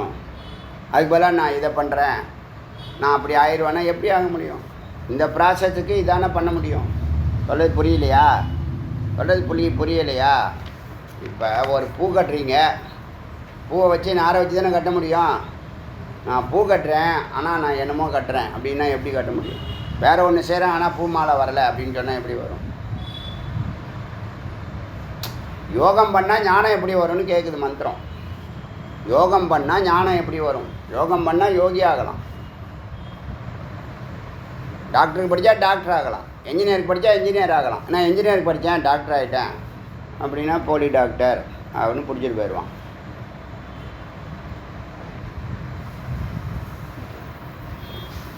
ஏதோ ஒரு ஜென்மாவில் யார் மூலியமாகவோ இந்த ஞானத்தை அவர்கள் ஸ்வீகரிச்சிருப்பாங்க, இல்லைன்னா அப்படி அடைய முடியாது. அது சொல்லுது இந்த இந்த சுயமேவ தானாகவே சம்பஷ்யத்தை நன்றாக பார்ப்பான் இக இந்த உடம்பிலேயே பிந்து அந்த உயிர் தத்துவத்தை, அந்த ஆத்மாவை நிஷ்கலம்னா எந்த உபாதியும் இல்லாத அந்த ஆத்மாவை இங்கேயே தரிசிப்பான். அயனே துவே ச விஷுவே சதா பஷ்யதி மார்கவித்தே கிருத்வா யாமம் புரா வத்சரேச்ச பூரக கும்பகானு. அப்னே துவே தன்னுடைய வழியில், அயனே துவே தட்சிணாயனம் உத்தராயணம்னு 2 அயனம் இருக்கு இல்லையா, அந்த அயனத்தை எல்லாம் கணக்கு பண்ணி சதா பஷ்யதி தியானிக்கிறான். பஷ்யதி மார்கவித் மார்க்கத்தை தெரிஞ்சுக்கிட்டு என்ன பண்ணுறான், சதா தியானம் பண்ணிக்கிட்டே இருக்கான். கிருத்வா யாமம் புரா வத்ச ரேச்ச பூர கும்பகான் ரேச்சகம் பண்ணுறான், பூரகம் அது என்னது பிராணாயாமம் பண்ணுறான். எப்போ தியானத்துக்கு முன்னாடி கிருத்வா யாமம் புரா 3 மணி நேரம் இந்த பிராணாயாமத்தை பண்ணுறான், தொடர்ந்து தியானம் பண்ணுறான். பூர்வம் ச உபயம் உச்சாரிய அதுக்கு முன்னாடி, இந்த தியானத்துக்கு முன்னாடி, தியானம் ஸ்டார்ட் பண்ண உடனேயே, தியானம் கண்டினியூ பண்ணுறதுக்கு முன்னாடி, தியானம் ஸ்டார்ட் பண்ண உடனேயே என்ன பண்ண, ச உபயம் உச்சாரியம் அர்ச்சையே யதா யதா கிரமம். 2 உச்சரிக்கிறான், ஓங்காரத்தையும் உச்சரிக்கிறான். இந்த சோகம்ங்கிற ஹம்ச மந்திரம் சொன்னிச்சு இல்லையா, ஹம்ச மந்திரம் 1 போதும், ஓங்காரம் 1 போதும். ஓங்காரம்தான் பெஸ்ட்டு ஆலம்பனம்னு கட்டோபனிஷத்து. ஓங்காரம்தான் பெஸ்ட்டு ஆலம்பனம். நீங்கள் பிடிக்க வேண்டியது, அதான் பிடிக்க வேண்டிய பிடிப்பு, நீங்கள் தாரணை பண்ண வேண்டிய விஷயம். ஒரு வெத்தலை செடி மேலே ஏறணும்னா ஒரு கொம்பை நட்டு வைக்கிறோம்ல, அந்த கொம்பு தான் என்னது, ஓங்காரம். அதனால் இந்த பூர்வம் ச உபயம் உச்சாரிய அர்ச்சையே தேதா கிரமம், இந்த 2த்தையுமே ஓங்காரத்தையும் சோகம்னா என்னது, அது நான், அகம் பிரம்மாஸ்மின்னு அர்த்தம். சக அகம் சக அகம் சக அகம், உள்மூச்சு வெளிமூச்சு, உள்மூச்சு வெளிமூச்சு. சக அகம் அது நானே, அது நானேன்னு உச்சரிக்கிறவன். பூர்வம் சௌபயம் உச்சாரிய அர்ச்சையே அர்ச்சிக்கிறவன், யதா கிரமம் முறையாக அர்ச்சிக்கிறவன். நமஸ்காரேன்னு நமஸ்காரம் செய்கிறவன், பணிவோடு இருக்கிறவன். யோகேவ யோகத்தில் இருக்கிறவன். முத்ரையா இதெல்லாம் எப்படி தெரியும், புரியலாமல். சாம்பவி முத்ரை, கேசரி முத்ரை. ஆரபிய ச அரியதே அர்ச்சையேத், இதெல்லாம் இந்த முதிரையில், இந்த ஓங்கார ஜபத்தில், இந்த தியானத்தில், இந்த உடம்பில் இந்த இறைவனை தரிசிக்கிறவன். இதெல்லாம் குரு இல்லாமல் பண்ண முடியாது. ஆனால் அவனுக்கு பேர் பிரத்யக்ஷ ஜனம்னு பேர் அவனுக்கு. ஏன்னா அவங்கெல்லாம் குகையில் இருக்கிறவங்க இப்படி தான் இருப்பாங்க. குகையில் இருக்கிறவங்க டெய்லி குருவை பார்க்க மாட்டாங்க. குருக்கிட்டேருந்து சில விஷயங்களை வாங்கிக்குவாங்க, ஒரு 10 பாயிண்ட் வாங்கிக்குவாங்க, போய் எங்கேயாவது ஏகாந்தத்தில் உட்காந்துருவாங்க. 10 வருஷம் 12 வருஷம் கழித்து வருவாங்க. அதுக்குள்ளே ஓரளவுக்கு இந்த 10 பாயிண்ட்லேயும் ஸ்ட்ராங் ஆகிடுவாங்க. இப்போ 6 பாயிண்ட்டு சொல்கிறோம் இல்லையா, முக்திக்கு 6 பாயிண்ட்டு சொல்கிறோம் இல்லையா, இந்த 6 பாயிண்ட்டை 6 வருஷம் 12 வருஷம்னு அதையே தியானிப்பாங்க. அதே பிரத்யக்ஷ ஜனம். அவங்க நானே டைரெக்டாக பார்த்துக்கிறேனுங்கிற அர்த்தம் இல்லை. குருவிட்டேந்த விஷயங்களை வாங்கிட்டு போய் எக்ஸிக்யூட் பண்ணுறதுக்கு ஏகாந்தமாக ப்ராக்டிக்கலாக இறங்கிடுறாங்க. அவங்க அதிகமாக ப்ராக்டிக்கல் கவனம் செலுத்துவாங்க. அது ஞானத்தில் வராது, ஞான யோகத்தில் அது வராது. அவர்கள் யோகிகள், ஞானத்தை பெற்று யோகத்தில் உட்காந்துருக்காங்க. புரியுதா? அவங்கள பிரத்யக்ஷ ஜனம்னு சொல்கிறது. குரு பக்கத்தில் இருக்க மாட்டாங்க. குருவுடைய உபதேசம் அவங்களுக்கு வேத வாக்காக இருக்கும். புரியுதா இல்லையா? இப்போ இவர் யார்? குரு ரமணருக்கு வந்தோடனே நேராக உட்கார ஆரம்பித்தார், செயல்பட ஆரம்பித்தார்.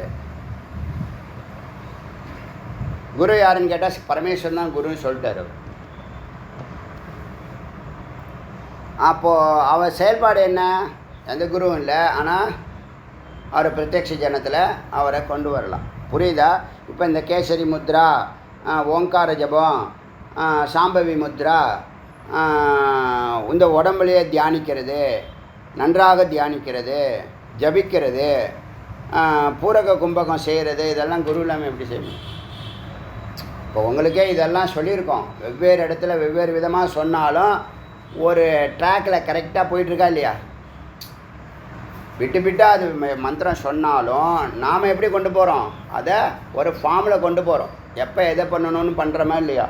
அதனால தான் அறிவு அனுபவம் மாறிக்கிட்டு இருக்கு. இப்போ அறிவு 108க்குள்ளே அவர் பெருமாள் சொன்ன மாதிரி 108க்குள்ளேயே அனுபூதி வந்துடும். அதில் ஒன்றும் சந்தேகம் இல்லை. இது ஞான யோகமானா இப்போ அவர் சொல்லி, இப்போ இந்த பிரத்யக்ஷ ஜனம் ஞான யோகி அல்ல. ஞானத்தை பெற்று, அதாவது நாலேஜை பெற்று வித்தையை கற்றுக்கிட்டு போய் எக்ஸிக்யூட் பண்ணுறாங்க. அவங்கள பிரத்யக்ஷ ஜனம்னு சொல்கிறது. ஆச்சா, இப்போ இவங்க ஒரு அர்ச்சனை போல் அந்த தியானத்தை பண்ணுறாங்க. சூரியஸ்ய கிரகணம் வத்ச பிரத்யக்ஷ ஜனம் ஸ்மிருதம். இந்த சூரியஸ்ய இடா பிங்களா, இடா நாடி, பிங்களா நாடி, சுஷ்மனா நாடி இருக்குல்ல, அதில் சூரிய நாடியை கிரகித்தவர்கள் பிரத்யக்ஷ ஜனம். இவர்களை தான் பிரத்யக்ஷ ஜனம்னு சொல்கிறோம். ஸ்மிருதம் என்று அதை நினைவுபடுத்துவாயாக. இது ஒரு நிலை. இதில் என்ன முக்கியம்னா, பிந்துவை தரிசிப்பார்கள். யோகிகள் பிந்துவை தரிசிப்பார்கள். அச்சா, முக்தி உண்டா? இவ்வளோ பேசுனுச்சுல, முக்தி உண்டா? முக்தி இல்லை, தரிசனம் உண்டு. தரிசனம் யார் வேணாலும் தபஸ் பண்ணால் பண்ண. இப்போ என்ன சொல்லுது பாருங்கள் பதில். ஞானம் பூரணம் அடையலைல்ல. ஞானம்னா ஞான நிஷ்டியாக இருக்கும். ஞானம்னா அந்த ஞானம்தான் இறைவன். ஞானம்னா சொரூபத்துக்குள்ளே போயிடணும். இன்றைக்கி ஞானம் இருந்துச்சு, நாளைக்கு இல்லை, அப்படி கிடையாது. நேற்று இருந்துச்சுங்க, இன்றைக்கி இல்லை. யோகம் நேற்று இருக்கும், இன்றைக்கி இருக்காது. பக்தி நேற்று இருக்கும், இன்றைக்கி இருக்காது. பக்தன் ஆசிகனாக மாறுறான், மறுபடியும் ஆசிகனாக மாறுறான்.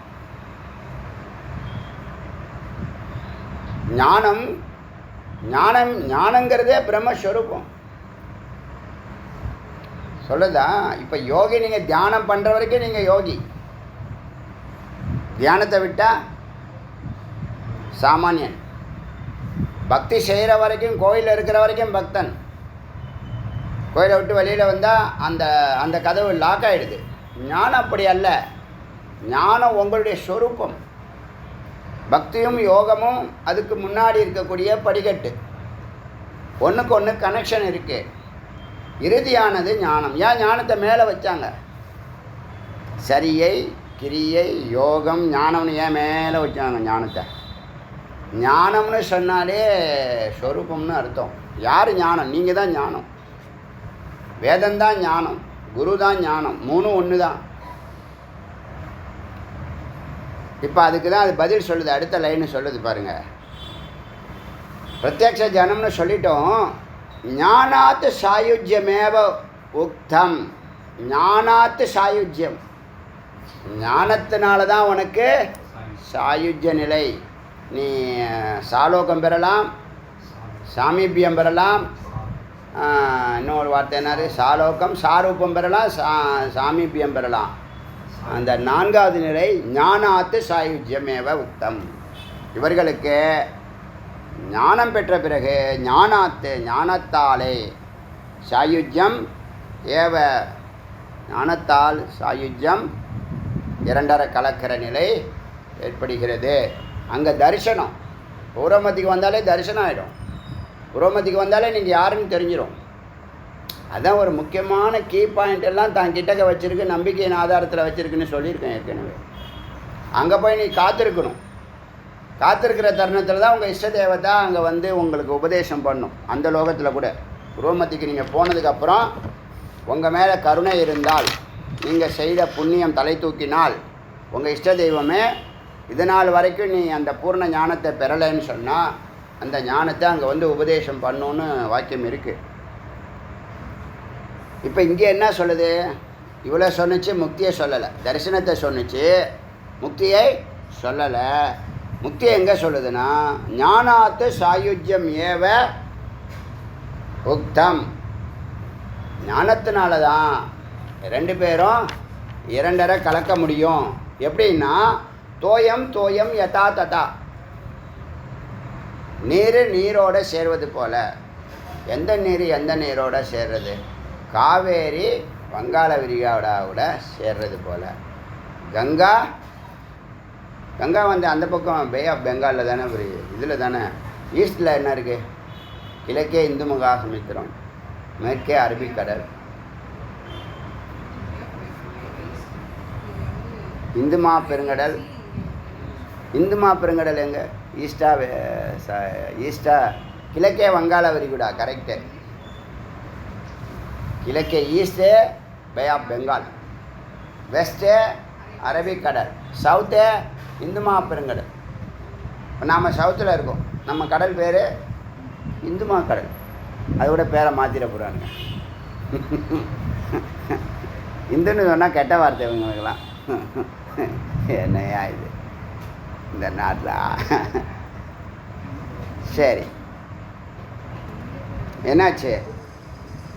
தோயம் தோயம், நீர் நீரோட கலந்தது போல. நதியானது கடலோடு. ஏன் நதின்னு சொன்னிச்சு? நீங்கள் அல்பம், நாம் அல்பம், நம்ம சின்னவன். அல்பம்னா சின்னதுன்னு அர்த்தம். நாம் அல்பம், அது மகத்து, பிருகத்து. அது பிருகத்து. கடலுங்கிறது பிருகத்து. அது வந்து இந்து மகா சமுத்திரம் தான். பேரை வேணால் மாற்றிக்கோ. இது என்னது?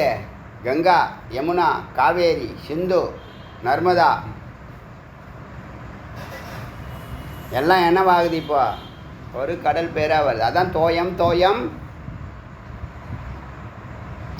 தோயம் தோயம் தோயம் தோயம் யதா ததா. இந்த வாக்கியம் நல்லா இருக்குல்ல? தோயம் தோயம் யதா ததா. எப்படி நீர் நீரோடு சேரும். இப்போ பலூன் இருக்குது, அது வெடிக்குது, காற்று காற்றோடு சேரும். ஒரு அக்னி இருக்குது, தீக்குச்சி தீக்குச்சி இப்போ அடுப்பில் போடுறீங்க. இந்த தீக்குச்சி அந்த அடுப்பில் முன்னாடியே நீங்கள் பெட்ரோல்லாம் ஊற்றி வச்சுருக்கீங்க. புரியுதா? இப்போ அதை விட்ருங்க, உங்களுக்கு புரிகிற பாஷையில். லைட்டர், கேஸ் ஸ்டவ் எப்படி கண்டுபிடிச்சா பார்த்தீங்களா? இதுதான் உதாரணம் கண்டுபிடிக்காது. புரியுதா? பிரத்யக்ஷ ஜனனுக்கு தரிசனம் உண்டு. நீ சொரூபத்துக்குள்ளே போகணும்னு சொன்னால் ஞானம் வேணும். அதனால் ஞானத்தை மேலே வச்சுருக்காங்க. புரியுதா? ஏன்னா நீங்கள் ஞான ஸ்வரூபம். ஞானம்தான் ஞானத்தை சேரும். தோயம் தோயம். சுவாமி ஏன் சித்தை தான் சேர்க்குறாரு? சித்து போட்டிருக்க சட்டையெல்லாம் நீக்குன்றாரு. உன்னுடைய ஆணவத்தையெல்லாம் விடுங்கிறாரு. இதை சொல்லுவாங்க. இந்த குந்தி இந்த இந்த வஸ்திரத்தை உருவாங்கள்ல, துச்சோதனன் துரியாதனெலாம், மகாபாரதம் தானே அது.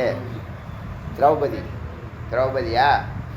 அப்போ வந்து அவங்க வந்து இந்த சபையினர் நம்மளை காப்பாற்ற மாட்டாங்க அப்படிங்கிற நம்பிக்கையை விட்டதுக்கப்புறம் தன்னையே மறந்துடுவா, கையை தூக்கிடுவா.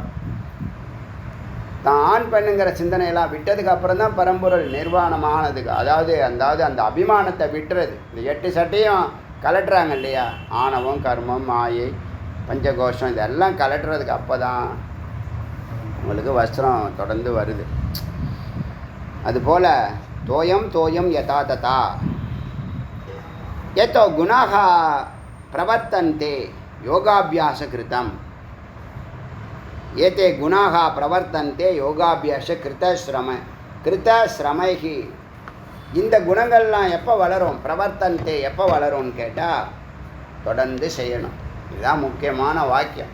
யோகா அபியாசம் கிருத்தம். கடினமாக இருந்தாலும் என்ன கடினம்? உங்களை யோகா ஆசனமாக செய்ய சொல்கிறோம். தொடர்ந்து செய்கிறது யோகம், வேறு ஒன்றும் இல்லை. பிரேக் இல்லாமல் ஏதாவது ஒரு நொண்டிச்சாக்கு சொல்லக்கூடாது.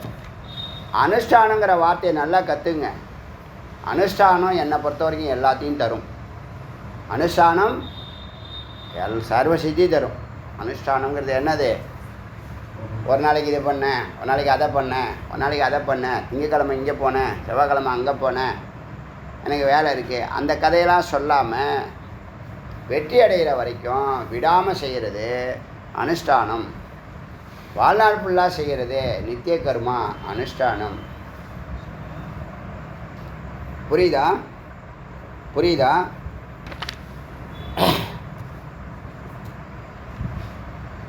ये तो गुणाः प्रवर्तन्ते योग अभ्यास कृतं श्रमैः. சிரமம் பண்ணுறவங்களுக்கு இந்த குணங்கள் தொடர்ந்து யோகாசம் செய்ய, யோக அபியாசம் செய்ய இந்த குணங்கள் வளர்கின்றன. தஸ்மாத் யோகம் சமாதாய, அதனால் யோகத்தை ஏற்க வேண்டும். சர்வ துக்கம் பகிஷ்கிருத்தக, இது என்ன பண்ணும்? சர்வ துக்கத்தையும் போக்கும். யோகத்தில் இருந்தால் துக்கம் இருக்காது. ஏன்? கனெக்ஷனில் இருக்கும், இறைவன் கனெக்ஷனில் இருக்கும். நமக்கும் இறைவனுக்கும் உள்ள கனெக்ஷன் அது கட் ஆகாது, ஆனால் நமக்கு ஃபீல் ஆகும். எப்படி ஃபீல் ஆகும்னா, கட் ஆகிடுச்சு, ரொம்ப நாள் ஆன மாதிரி இருக்குது. அது உறவு கட் ஆகாது. குரு சிஷ்ய உறவு, பகவான் பக்தன் உறவு கட் ஆகாது, ஆனால் கட்டான மாதிரி என்ன ஆகும்? ஃபீல் ஆகும். இப்போ நாமளும் சத்தம் சித்தம் ரெண்டும் ஒன்றா தான் இருக்கு, ஆனால் எப்படி ஃபீல் பண்ணுது? பிரிஞ்சு இருக்கிற மாதிரி ஃபீல் பண்ணுதா? அதை நோக்கி பயணிக்குதா? அது எங்கே இருக்குன்னு கண் தேடுதா? எவ்வளோ ஆச்சரியமாக இருக்குது பாருங்கள். நமக்குள்ளே ரெண்டும் நடக்குது. பொருந்தணும். ஏகாந்தமாக இருந்தால் தான் பொருந்தும். பொருந்துகிற வழியை சொல்கிறது தான் ஞானம்.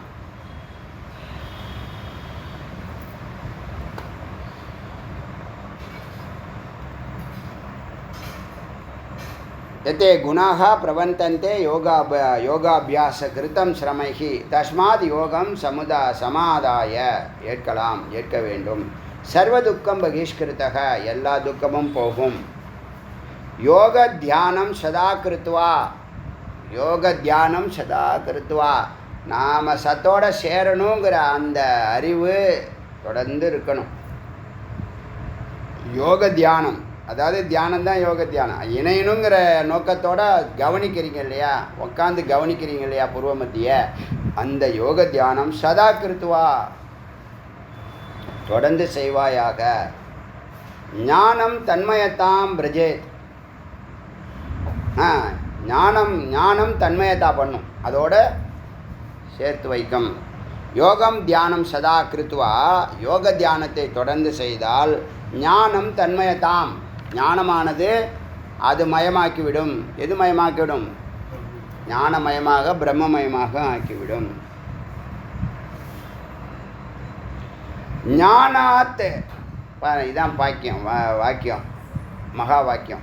ஞானாத் ஸ்வரூபம் பரம், ஞானத்தினாலேயே ஸ்வரூபத்தை அடைவாயாக, பரமத்தை அடைவாயாக. ஞானாத் ஸ்வரூபம் பரமம், ஞானத்தினால் மேலான ஸ்வரூபத்தை அடைவாயாக.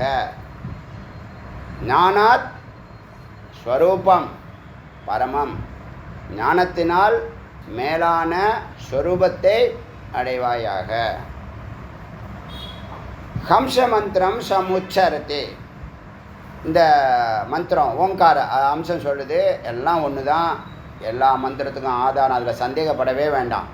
ஒரு குருஸ்தானத்தில் இருந்து சொல்கிறேன், ஓங்காரத்தை சந்தேகப்படவே வேண்டாம். ஓங்காரம் எல்லாத்தையும் அவர் இப்போ பெருமாளே சொல்கிறாரு, மரங்களில் நான் அரச மரம் சொல்கிறாரா, அப்படி சொல்லிக்கிட்டே வராருல. அதில் மந்திரங்களில் நான் மந்திரேஷு பிரணவம், ஓங்காரம், அது உலகத்தில் உள்ள எல்லா நம்பர் ஒன்றையும் எடுத்து சொல்கிறார் பெருமாள். அது ஏன் அது பெருமாள் சொல்கிற மாதிரி வச்சேன், கடவுளே சொல்கிறாருங்கிற நம்பிக்கை இந்த அடியார்களுக்கு வரட்டுங்கிறதுக்காக தான் அவர் உருவமாக எடுத்து சொல்கிறார். ஆக்சுவலாக அவர் சூக்ஷ்ம உடம்பு தான், அவர் உயிர் தான், அவர் பிரம்மா தான் என்னது உடம்பு, சித்து தான் புத்தி தத்துவம் அல்லது சித்து தான் என்னது விஷ்ணு. அவர் உருவமே எடுத்து என்ன பண்ணுறாரு, உபதேசம் பண்ணுறாரு.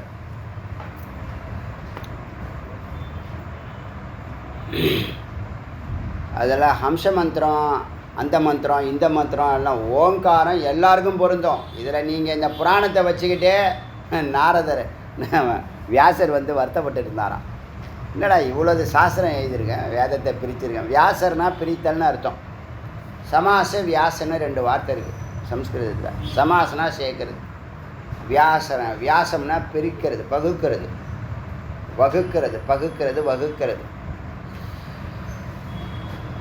இத்தனை புராணம் எழுதியிருக்கேன், இத்தனை வேதத்தை பிரித்து வச்சுருக்கேன், பிரம்மசூத்திரம் எழுதியிருக்கேன், யோக சூத்திரத்துக்கு வியாக்கியானம் சொல்லியிருக்கேன். இங்கே மக்கள் குழப்பமாக இருக்காங்களே, எனக்கு திருப்தியே இல்லை அப்படின்னாராம். நீ வந்து நீ எழுதுனதுனால மக்களை நல்லா குழப்பி வச்சுருக்க, எல்லாத்துலேயும் நீ தான் ஓங்காரங்கிற, எல்லா கடவுளையும் பார்த்து. 18 புராணம் எழுதியிருக்காருல, 18 புராணத்துலேயும் ஒரு கடவுள்னு சொன்னால் பிரம்மம்னு ஆகி போயிடும். இப்போ இந்த பிரச்சனை இல்லை. அதான் புராணத்தை நாம் வந்து நம்ம செகண்டாக வச்சுருக்கோம். கரெக்டான வார்த்தை. புராணங்கிறது செகண்டு தான். ஏன்னா வேதாந்தத்தினுடைய விரிவாக்கம்தான் புராணம். வேதாந்தம் சொல்லாததை புராணம் சொல்ல முடியாது. கதை சொன்னால் தான் சில பேருக்கு புரியும்னால கதை சொல்லுது. இப்போ என்னாச்சுன்னா, அம்பாள் வழிபடுற சக்தி புராணம் இருக்குது, சிவபுராணம்னா சிவனை பற்றி நீ தான் பிரம்மம், நீ தான் வந்து உயர்வானவர்னு ஒன்றா ஒவ்வொரு கடவுளையும் எந்தெந்த தேவதையோடைய வலிமையை சொல்கிறதுக்காக எல்லா மந்திரத்தையும் எல்லா கடவுளுக்கும் போட்டு விட்டாச்சு. இப்போ மக்கள் குழம்புவானா எது மேலானது எது முதலானது அதெல்லாம் வேண்டாம். இதெல்லாம் இந்த சகுனத்தில் தான் இந்த பிரச்சனை எல்லாம். அதே கடவுள் நிர்குணமாக இருக்கா இல்லையா? அதே கடவுளுக்கு ஆதாரமாக ஒன்று தானே எல்லாமே மாறி இருக்கு. நீ 100 பின்னாடி போகிறது ஈஸியாக, 1 பின்னாடி போகிறது ஈஸியாக? நாம் இந்த வழியில் வந்துட்டோம், இந்த பரம்பரையில் பிறந்துட்டோன்னா அது கொள்கைப்பா, கொள்கை அது. நீ மார்க்கம் பிறந்தது தப்பு இல்லை, சம்பிரதாயம் தப்பு இல்லை. எல்லா சம்பிரதாயமும் அந்த ஒன்றை தான் தூக்கி அழைச்சிட்டு போகுது. பரபிரம்மங்கிற அந்த ஒன்றை தான் அழைச்சிட்டு போகுது. பரபிரம்மம் சொன்னால் தான் பிரச்சனை இல்லை. நீ பேரை சொன்னால் சண்டை வந்துடும். இப்போ இங்கே உக்காந்துருக்கவங்களே 10 பேருக்கு 10 கடவுள் பிடிக்குமா பிடிக்காதா? ஆனால் நான் பிறந்ததுலேருந்து ஏன்னா ஒருத்தவனும் பிரம்மங்கிற வார்த்தையே தெரியாது. முதல்ல நம்ம இவ்வளோ இந்த நாட்டே பிறந்து இந்த உலகத்துக்கே இறைவனை கண்டுபிடிக்கிற சயின்டிஸ்ட்லாம் இங்கே தான் இருக்காங்களா இல்லையா? குருவாக இருக்காங்க, யோகியாக இருக்காங்க, சித்தர்களாக இருக்காங்க, ரிஷிகளாக இருக்காங்க, இத்தனை பேர் இருக்காங்க இறைவனை கண்டுபிடிக்கிற சயின்டிஸ்ட்டு. ஆனால் இங்கே தான் குழப்பம் அதிகமாக இருக்குது. ஏன்? யாரும் உபநிஷத்து கிட்டக்க நெருங்கிறதே இல்லை. உபநிஷத்து பொய் சொல்லுதா, தீங்கு சொல்லுதா? அதாவது ஒருத்தவங்களுக்கு பட்சபாதமாக இருக்கா? புராணம் பட்சபாதமாக இருக்குது. அவங்கவுங்க என்ன பண்ணுறாங்க? குருபீசம், வேறு ஒன்றும் இல்லை. அந்த குருபீசம் அந்த குரூப்போட போயிட முடியுமா? வாழ்நாள் ஃபுல்லாக போக முடியாது. பக்கத்தில் இருக்கிற குரூப்போட அது லைட்டாக கொஞ்சம் பார்க்குது. பக்கத்து வீட்டை பார்க்காம இருக்க முடியுமா? எய்த்த வீட்டை பார்க்காம இருக்க முடியுமா? சொல்லுங்கள். நீங்கள் பெரிய ரிசர்வேஷன் தான், நீங்கள் பெரிய அவங்க தான் இவங்க தான். வாசலுக்கு வரணுமா வேண்டாமா? ரோட்டை கிராஸ் பண்ணணுமா வேணாமா? நீங்கள் எத்தனை வாட்டி கதவை போட்டு 3 லாக்கு போட்டு கதவை சாத்தி வச்சாலும் திறக்கணுமா வேண்டாமா? காலையில் பொழுது விடிஞ்சால் திறந்து தான் ஆகணும். எய்த்தாப்பில் பார்க்கக்கூடாதுன்னு நினைக்கிறவன் தான் முன்னாடி நிற்பான், நகரவும் மாட்டான். அது மாதிரி இப்போ என்ன ஆகுதுன்னா, இந்த குருப்பீசம் தான் இங்கே இந்த புராணங்களை வழிபடுறவங்க எல்லாம் குருப்பீசம் தான். ஓப்பனாக சொல்கிறேன், புராணங்களை வழிபடுறவங்க நாங்கள் தான் பெருசுன்னு சொல்லுவான். நாங்கள் தான் முதல் கடவுள், எங்கள் கடவுள் தான் முதல் கடவுள் அப்படி சொல்லுவான் புராணத்தை வழிபடுறவன். அதனால் அவன் செகண்டரி தான். அது நல்லா புரிஞ்சுங்க. மற்றவங்க யார் புரிஞ்சுக்கிறாங்களோ இல்லையோ, நீங்கள் மெய்ப்பொருளை தேடுறவங்க, இறைவனை அவங்கெல்லாம் சித்தியை தேடுறவங்க. சகுன வழிபாடு கேட்டது கிடைக்கும்னு நினச்சது நடக்கும். சித்தின்னு பேர். நல்லா வீடு வேணும், பெரிய பங்களா வேணும், அன்பான மனைவி, அழகான குழந்தைங்கள்லாம் வேணும். அதெல்லாம் இங்கே வசிக்கிறதுக்கு இந்த லோகமே பிரதானமாக நினைக்கிறவங்களுக்கு. முக்தி வேணும் கேட்குறவங்களுக்கு இதெல்லாம் தேவையில்லை. எதெல்லாம் தேவையில்லை? உருவம் அதெல்லாம் அத்தியாவசியம் இல்லை. அன்பே சிவம், ஆனந்தமே சிவம், அறிவே சிவம்னு. அது சிவம்னா ஏன் சிவம்னு சொன்னீங்கன்னு கேட்கக்கூடாது.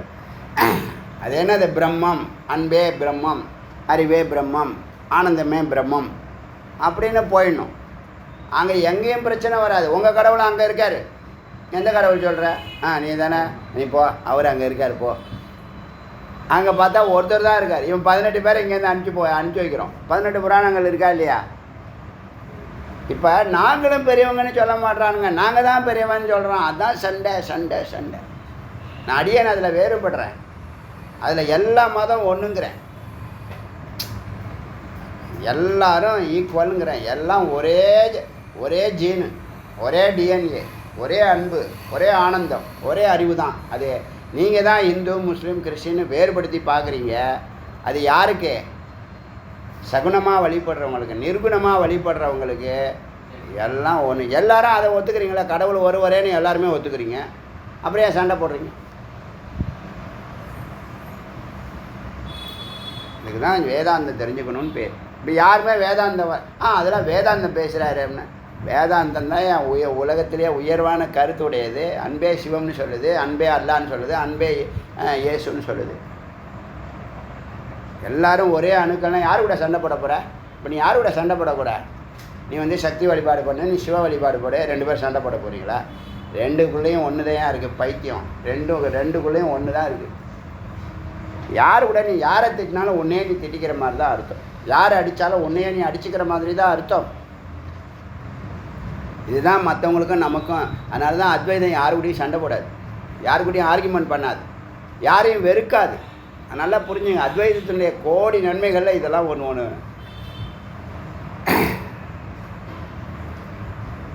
அதனால் பாகவதம் எழுதுனாராம் கடைசியில்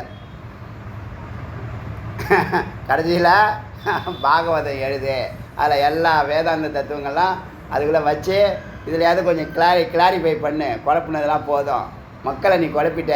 இபிகோ செக்ஷன் படி உன்னை தூக்கி ஜெயிலில் போடணும். ஏற்கனவே முருகன் உன்னை போட்டது கரெக்டு, பிரம்மா போட்ட மாதிரி உன்னையும் தூக்கி போடணும் அப்படின்னு நாரதர் தான் குரு. யாருக்கு? வியாசருக்கு நாரதர் தான் குரு. அது மாதிரி எதுக்கு இதெல்லாம் சொல்ல வந்தேன்னா, ஞானாத்த ஸ்வரூபம் பரமஸ்வரூபம். ஞானத்தினால பரமஸ்வரூபத்தை அடைய முடியும். ஹம்ச மந்திர சமுச்சரேத். இந்த ஹம்சங்கிற மந்திரத்தை, ஹம்சங்கிறது உயிருடைய மந்திரம், அநாகதம் தான் ஹம்சம். அதனால் இன்றைக்கி எங்கேருந்து பார்த்துருக்கோம்? 48லேருந்து 59 வரைக்கும் கரெக்டாக 10 மந்திரம் பார்த்துருக்கோம். நம்ம ஏதோ பேசியிருக்கிறோன்னு நினைக்கிறோம், மந்திரம் கவர் ஆகிட்டு தான் இருக்குது. அதனால் பிரத்யக்ஷ ஜனம் அப்படிங்களவங்களுக்கு கவலைப்படாதீங்க. உங்களுக்கு தரிசனம் உண்டு, கோவிலில் கிடைக்கிற மாதிரி தரிசனம் உண்டு. தரிசனங்கிறது டெம்பரவரி தான், பார்த்துக்கிட்டேவா இருக்க முடியும்? நல்லா யோசனை பண்ணி பாரு. நீங்கள் எப்படி வேணாலும் அர்த்தம் எடுத்துங்க, நான் சொல்ல வேண்டிய அர்த்தத்தை சொல்கிறேன். தரிசனங்கிறது பஞ்சகலை ஏற்றும் போது நீங்கள் பார்க்குற தரிசனம், அங்கே பரம்பொருள் தோன்றுறார். அதில் ஒன்றும் சந்தேகப்பட வேண்டாம். சந்தேகம் இதனால் இருந்தால் கூட அதை நீக்கிக்கலாம். ஏன்னா அதுக்கு நிறைய 1000 உதாரணம் சொல்ல முடியும். நீங்கள் பஞ்சகலை ஏற்றும் போது, நட்சத்திர தீபம் ஏற்றும் போது, மணி அடிக்கும் போது பரம்பொருள் அப்பியர் ஆகுறாங்க. அதில் ஒன்றும் சந்தேகம் இல்லை. ஆனால் அது எவ்வளோ நேரம்? அதாங்க யோகம். 3 மணி நேரம், 5 மணி நேரம், 6 மணி நேரம் பண்ணலாம், அதுக்கப்புறம் சாமானியன். ஆனால் ஞானம் அப்படி அல்ல. ஒரு முறை சிரவணம் பண்ணினீன்னா உன்னுடைய எல்லா ஜென்மாவிலையும் உன்னுடைய அறிவாக நிற்கிறது. ஞானம்தான் நீ. ஞானங்கிற வார்த்தை பிரம்மத்துக்கு இணையான வார்த்தை, புரியுதா? ஏன்னா ஞானம்னு சொன்னால் அப்புறம் யோகம் சொல்லணும், பக்தி சொல்லணும், கர்மா சொல்லணும். அதனால் பிரம்மன்னு சொல்லிட்டோம். ஒரு உன்னதமான சாகித்யங்க இது. உன்னதமான சாஸ்திரம், உன்னதமான வழிபாடு. எனக்கெல்லாம் ரொம்ப ரொம்ப பிடிச்சிருக்கு. நம்ம கேரக்டருக்கு இது ரொம்ப பொருத்தமானது. அதனால தான் இது கொடுத்தாரு நம்மள்கிட்ட, இது தமிழ் பண்ணுன்னு. அச்சா, அருணாச்சல சிவ அருணாச்சல சிவ அருணாச்சல சிவ அருணாச்சல அருணாச்சல சிவ அருணாச்சல சிவ அருணாச்சல சிவ அருணாச்சல அருணாச்சல சிவ அருணாச்சல சிவ அருணாச்சல சிவ அருணாச்சல. வெற்றிவேல் முருகனுக்கு.